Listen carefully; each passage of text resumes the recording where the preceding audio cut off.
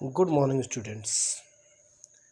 कल की क्लास में हमने उपयोगिता के बारे में पढ़ा, उपयोगिता के मापन के दृष्टिकोण के बारे में पढ़ा।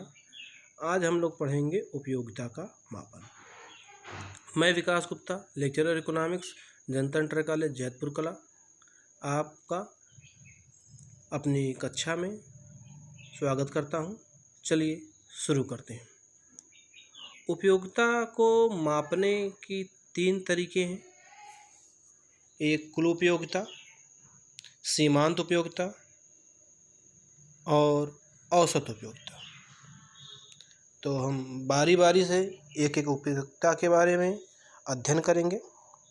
पहला है कुल उपयोगिता। इसे कहते हैं टोटल यूटिलिटी और संक्षेप में इसे लिखते हैं TU से। इसकी परिभाषा है कुल उपभोक्ता के द्वारा किसी वस्तु की समस्त इकाइयों के उपभोग से प्राप्त उपयोगिताओं का योग कुल उपयोगिता कहलाता है। सूत्र है TUN बराबर U1 plus U2 plus U3 and so on UN। ये U क्या है? ये है U यूटिलिटी। U1 का मतलब पहली वस्तु से प्राप्त उपयोगिता, U2 का मतलब दूसरी इकाई से प्राप्त उपयोगिता, U3 का मतलब तीसरी इकाई से प्राप्त उपयोगिता और UN का मतलब हमने जितनी भी इकाइयों का उपभोग किया, N इकाइयों का उपभोग किया तो उससे प्राप्त हुई उपयोगिता। इन सभी उपयोगिताओं को हम जोड़ देंगे तो हमें कुल उपयोगिता प्राप्त हो जाएगी। संक्षेप में इन योगफल को हम एक संकेत के रूप में प्रयोग करते हैं। जो आपको दिख रहा है इसे हम सिग्मा कहते हैं। इसे हम सिग्मा कहते हैं। सिग्मा का निशान इस तरीके से बनाया जाता है।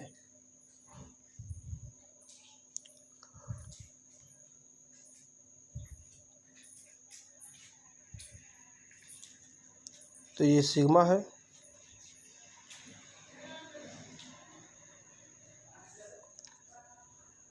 फिर दूसरा है सीमांत उपयोगिता। इंग्लिश में इसे कहते हैं मार्जिनल यूटिलिटी और इसे संक्षेप में लिखते हैं MU से। हमेशा मैं ये कहता हूँ कि आप इसकी जो है इंग्लिश भी जानिए। इंग्लिश में इसे क्या कहते हैं, क्योंकि वही उसे संक्षेप में लिखने का तरीका बनता है। सीमांत उपयोगिता, इसकी परिभाषा को जान लेते हैं। किसी वस्तु की एक अतिरिक्त इकाई के कारण कुल उपयोगिता में होने वाली वृद्धि सीमांत उपयोगिता कहलाती है। दूसरे शब्दों में अंतिम इकाई से प्राप्त उपयोगिता को सीमांत उपयोगिता कहते हैं। इसका सूत्र है MUN बराबर TUN माइनस TUN माइनस 1। अर्थात जो पहली परिभाषा है उसका अर्थ है कि जैसे हम 4 इकाइयों का उपभोग किए और हमें 40 इकाई की उपयोगिता मिली और एक अतिरिक्त इकाई अर्थात 5वीं इकाई का हमने उपभोग किया तो कुल उपयोगिता बढ़कर 45 हो गई। तो 5वीं इकाई के द्वारा कुल उपयोगिता में कितनी वृद्धि की गई? 45 माइनस 40 बराबर 5। अर्थात 5वीं इकाई की सीमांत उपयोगिता है। सरल शब्दों में अंतिम इकाई से प्राप्त उपयोगिता को सीमांत उपयोगिता कहते हैं। तीसरा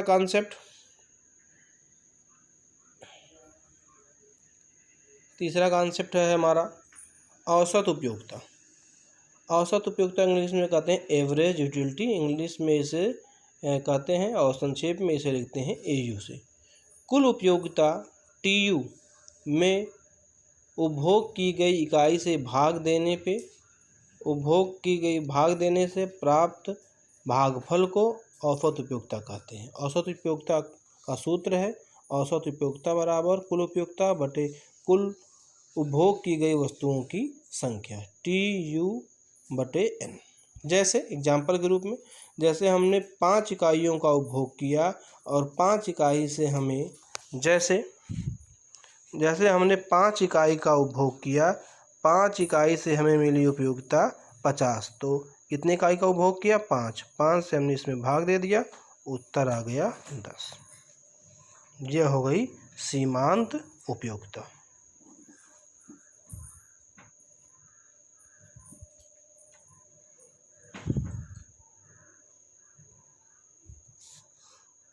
अब हम चलते हैं कुल उपयोगिता एवं सीमांत उपयोगिता के मध्य संबंध। यह काफ़ी महत्वपूर्ण टॉपिक है। यह बार बार परीक्षा में पूछा जाता है कि कुल उपयोगिता एवं सीमांत उपयोगिता के मध्य संबंध को रेखाचित्र के माध्यम से समझाइए। चलिए हम इसको समझते हैं। यहाँ पे एक सारणी बनाई गई है जहाँ पे वस्तुओं उपभोग की गई वस्तुओं की संख्या ली गई है 0, 1, 2, 3, 4, 5, 6, 7 और इधर लिखा गया है कुल उपयोगिता। संक्षेप में उपयोगिता को उप लिख दिया गया है 0, 35, 65, 88, 100, 95, 85 और सीमांत उपयोगिता निकाल ली गई है। देखिए सीमांत उपयोगिता को निकाला कैसे गया है। 0 इकाई था 0। जिस इकाई की हमें सीमांत उपयोगिता निकालनी है ठीक उससे एक कम अर्थात ऊपर वाली जो इकाई है उसको हम घटा देंगे तो हमें सीमांत उपयोगिता मिल जाएगी। जैसे पहली इकाई की हमें सीमांत उपयोगिता निकालनी है तो जो पहली इकाई की कुल उपयोगिता अर्थात जो 35 है 35 में से हम 0 को घटा देंगे तो हमें मिल गई 35। दूसरी इकाई निकालनी है, इसकी सीमांत उपयोगिता कितनी, कुल उपयोगिता कितनी है 65। 65 में से इसे ठीक ऊपर की कितनी है 35 माइनस 35, कितना उत्तर आ गया 30। ये देखिए यहाँ पे ये 30 लिखा हुआ है। जिस इकाई का पूछा जाए ठीक उससे एक कम इकाई की कुल उपयोगिता को घटा देंगे तो हमें सीमांत उपयोगिता प्राप्त हो जाएगी। हमने आपको इसके बारे में सूत्र भी बताया हुआ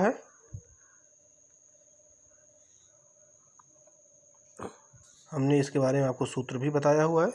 अब जैसे हमें 5वीं इकाई की निकालनी सीमांत उपयोगिता, 5वीं इकाई की निकालनी सीमांत उपयोगिता, जो 5वीं इकाई की कुल उपयोगिता कितनी है 100 और इससे एक कम की कितनी है 100, तो 100 माइनस 100 बराबर 0।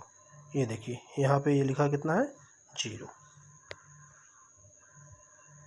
बहुत आसान है, ये न्यूमेरिकल भी पूछा जा सकता है तो हमें आना चाहिए कि सीमांत उपयोगिता को कैसे निकालते हैं। जिस इकाई की सीमांत उपयोगिता पूछी जाए उस इकाई की कुल उपयोगिता में से ठीक एक कम कुल उपयोगिता को घटा देंगे तो हमें उसकी सीमांत उपयोगिता मिल जाएगी। देखिए सब घटा के ही लिखा गया है, इसको आप भी एक बार ट्राई करिएगा कैसे निकाला गया है। 35, 30, 23, 12, 0। यहाँ देखिए माइनस में भी माइनस कैसे आया, इसको भी हम लोग देख लेते हैं। हमने कहा कि जिस इकाई की पूछी जाएगी सीमांत उपयोगिता उसकी इकाई में से उससे एक कम, यहाँ छठी की पूछी गई, छठी की कितनी सीमांत उपयोगिता है 95 और छठी से एक कम पाँचवीं कितनी है 100 माइनस 100। 95 माइनस 100, 100 बड़ा है 95 छोटा है, इसलिए उत्तर हमारा माइनस में आएगा, इसलिए यहाँ पे -5 लिखा गया है। अब आपका ये सब क्लियर हो गया होगा। चलते हैं हम आगे। इसी के आधार पे एक चित्र बना दिया गया है, ये चित्र आपके सामने है। हमने x अक्ष पे वस्तु की इकाई लिया है और y अक्ष पे TU टोटल यूटिलिटी कुल उपयोगिता एवं MU सीमांत उपयोगिता मार्जिनल यूटिलिटी को लिया है। अब इन दोनों के मध्य क्या संबंध है उनको हम पढ़ते हैं। इसको पहले चित्र आप एक रफ पे बना लीजिए ताकि जो मैं पॉइंट बोलूँ वो आपको चित्र में दिखाई दे। एक चित्र और ये टेबल वीडियो को पुश करके ये सारणी और ये चित्र बना लीजिए ताकि आपको चीज़ें चित्र में दिखाई दें। पहला है कुल उपयोगिता और सीमांत उपयोगिता के मध्य संबंध निम्नलिखित है। पहला है प्रारंभिक अवस्था में सीमांत उपयोगिता घटती है लेकिन कुल उपयोगिता बढ़ती है। अब यहाँ देखिए चित्र में ये सारणी में देखिए सीमांत उपयोगिता घट रही है। 35 थी, 30 हो गई, 23 हो गई, 12 हो गई, लेकिन कुल उपयोगिता बढ़ रही है। देखिए 35 थी, 65 है, हो गई 88 हो गई, 100 हो गई। और ये चीज़ चित्र में भी हमको दिखाई दे रहा है। देखिए ये प्रारंभिक अवस्था है, ये देखिए यहाँ तक प्रारंभिक अवस्था है। ये सीमांत उपयोगिता क्या हो रही है, घट रही है, लेकिन कुल उपयोगिता देखिए बढ़ रही है। चित्र में दिखाई दे रहा है।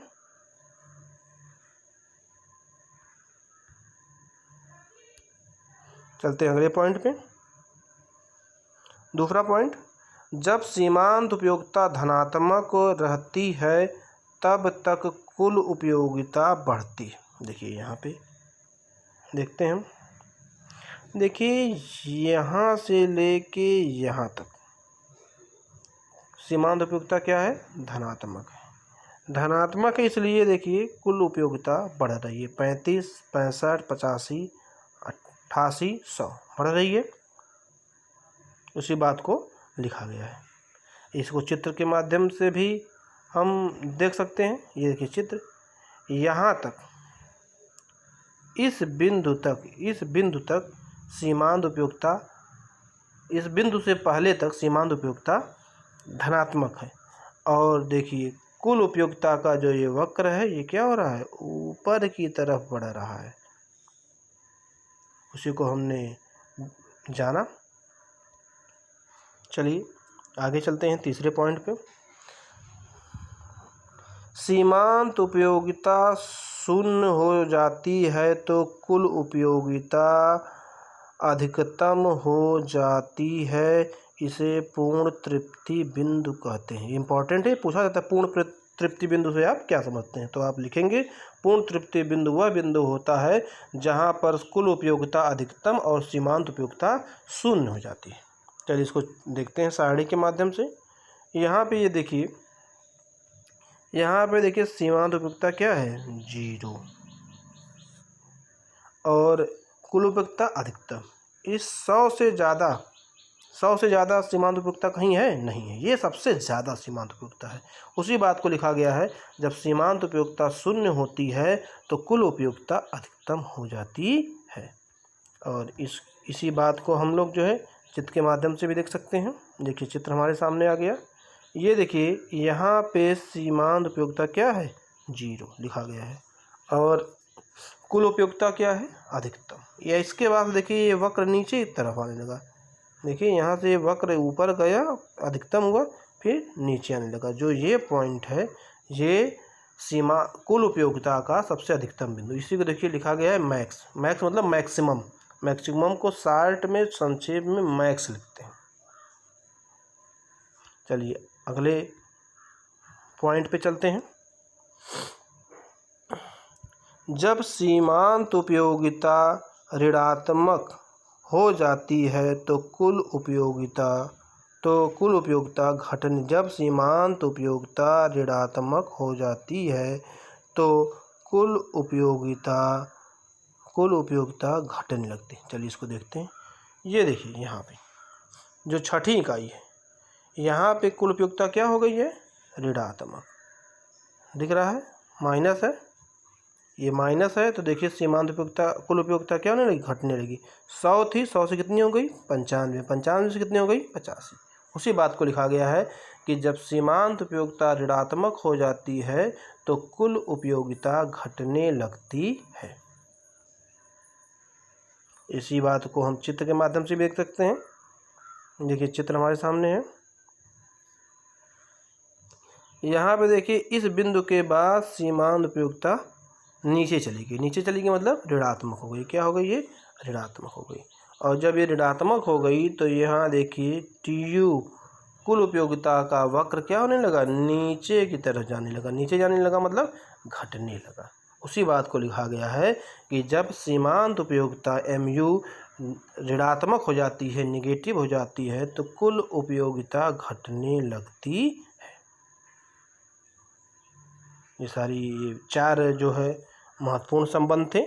एक बार संबंधों को एक बार फिर से समराइज कर लिया जाता है। प्रारंभिक अवस्था में सीमांत उपयोगिता घटती है लेकिन कुल उपयोगिता बढ़ती है।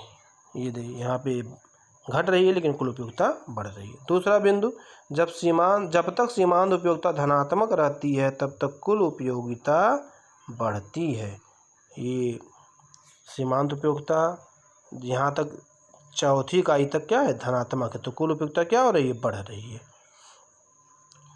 तीसरा पॉइंट, जब सीमांत उपयोगिता शून्य हो जाती है तो कुल उपयोगिता अधिकतम हो जाती है। देखिए सीमांत उपयोगिता शून्य हो गई तो कुल उपयोगिता अधिकतम होगी, सीमांत उपयोगिता यहाँ शून्य हो गई तो कुल उपयोगिता अधिकतम हो गई।